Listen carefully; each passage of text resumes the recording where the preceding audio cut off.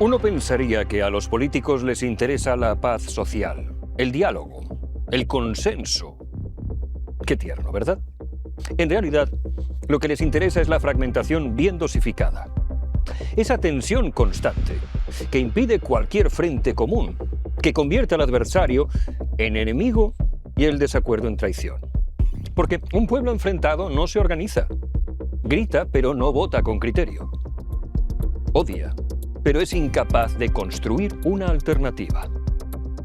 La polarización es el juego más rentable de la política contemporánea. Pero ojo, no cualquier tipo de polarización vale, sino la estratégica. No es un síntoma de decadencia democrática, es más bien una herramienta quirúrgica, una forma de gobernar sin convencer, sin explicar, sin negociar. Divide y vencerás. Aunque a menudo se atribuye este concepto a Julio César o a Maquiavelo, la estrategia ya estaba en uso mucho antes. Los romanos, por ejemplo, eran maestros en dividir a los pueblos conquistados. Fomentaban las rivalidades tribales, otorgaban privilegios a unos y reprimían a otros, evitando así que se unieran en una rebelión común. ¿Por qué funciona tan bien la polarización? La polarización responde a un fenómeno ancestral. Está codificada en el ADN social del ser humano. Jonathan Haidt, psicólogo moral, lo resume en The Right Use of Mind. No razonamos para buscar la verdad, sino para defender a nuestro grupo. La política tribal es el estado natural del sistema.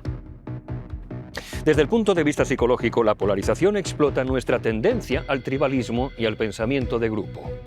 Cuando nos sentimos parte de una facción, muchas veces preferimos atacar a quienes están en la facción contraria antes que cuestionar el poder que nos manipula a todos. Esto es especialmente útil para quienes ostentan el poder. Si el pueblo está dividido, no hay amenaza real para ellos. Hoy nadie arroja lanzas, pero las dinámicas siguen igual. La política se vive como una guerra simbólica. O estás con nosotros o estás contra nosotros. La identidad es la que precede a la ideología. ¿Y cómo se consigue polarizar a la sociedad? En primer lugar, reduciendo todo a un binarismo moral. El primer paso consiste en crear dos bandos imaginarios, los buenos y los malos. Esto no depende de hechos. El PSOE habla del bloque progresista y del trifachito. El PP de la España de bien frente a la élite comunista. Vox no se anda con eufemismos, patriotas y traidores.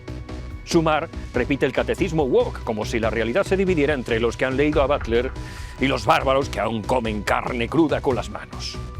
¿Hay matices? Siempre. ¿Interesan? Jamás. Como explica George Lakoff, nuestras mentes operan con marcos conceptuales. Si consigues que la gente piense en términos de los nuestros y los otros, no necesitas ya argumentos, únicamente emociones. Lo que importa no es lo que dices, sino a qué equipo perteneces. En segundo lugar, el político fabrica agravios constantes. Todo líder polarizador necesita una fábrica de indignación. El agravio es el combustible emocional del votante fiel.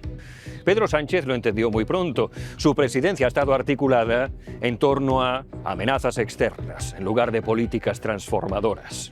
La derecha judicial, la ultraderecha europea, Milei, la prensa, los jueces, los fachas, las cloacas, el fango.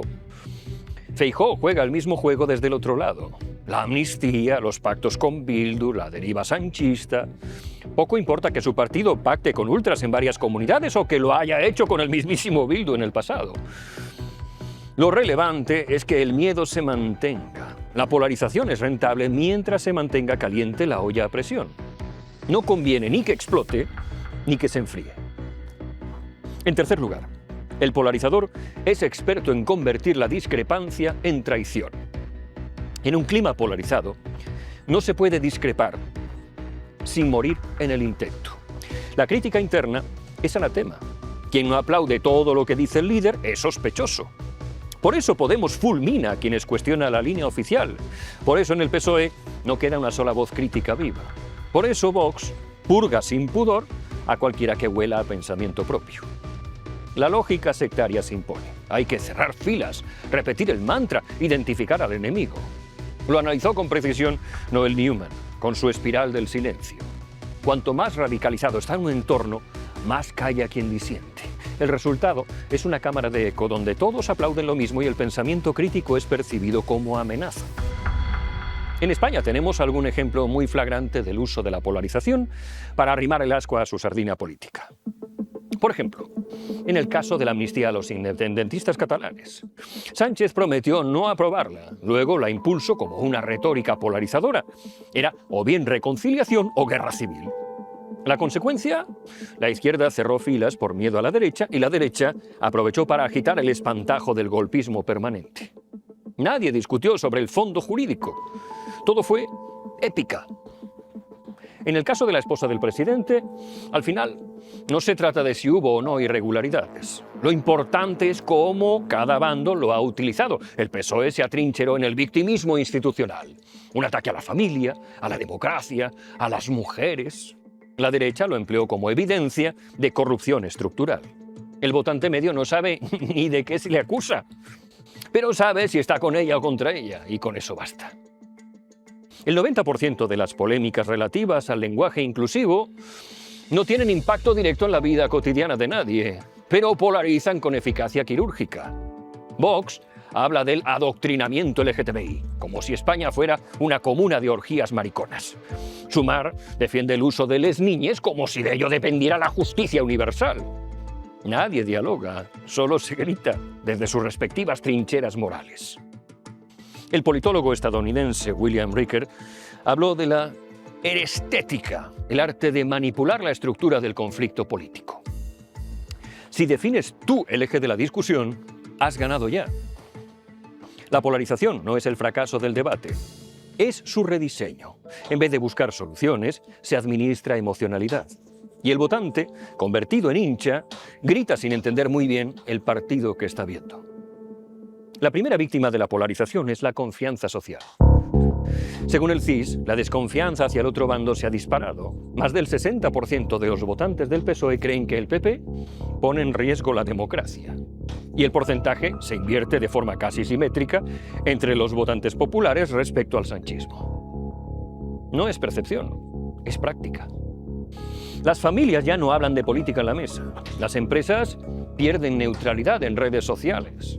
Los amigos se eliminan del grupo de WhatsApp. No hay neutralidad posible. Quien no toma posición es acusado de cobarde o de traidor. Sin puntos medios, solo puede haber trincheras. Esto produce soledad política. El ciudadano que no quiere gritar se queda sin comunidad. Nadie lo representa. Ni en medios, ni en partidos, ni en sindicatos. No le queda más remedio que replegarse en su vida privada, descreído. Y es ahí donde la democracia empieza de verdad a colapsar. Internet no inventó la polarización, pero la convirtió en industria. Las redes sociales no están diseñadas para debatir, sino para amplificar el conflicto emocional. Los algoritmos no son especialmente ideológicos, son termitas emocionales. Recompensan la indignación, la burla, el escándalo.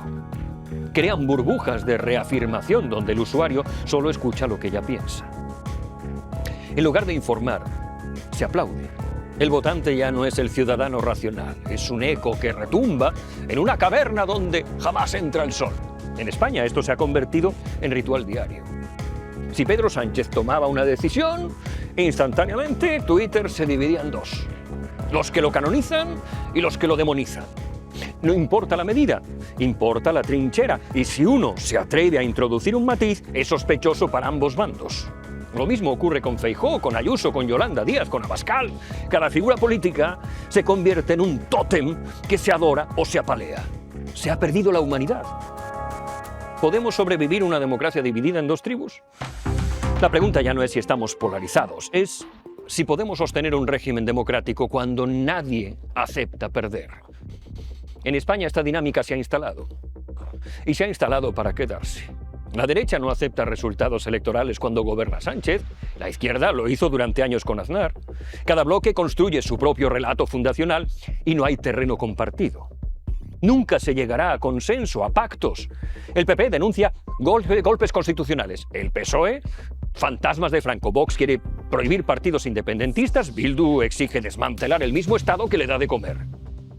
¿Dónde coño está el punto de encuentro? No lo hay, porque ya no hay un país en el sentido político, hay federaciones emocionales enfrentadas. Y la democracia, o la presunta democracia, si prefieren que la llame así, sin una comunidad de mínimos compartidos, es solo un decorado. La historia enseña que este tipo de tensiones no se eternizan, o se desactivan o estallan. Yugoslavia, Venezuela, el Estados Unidos de Trump. Las democracias polarizadas no mueren por asalto, mueren por asfixia, por incapacidad de respirar juntas. Mueren cuando cada bloque deja de hablar con el otro y empieza a soñar con cómo hacerlo desaparecer.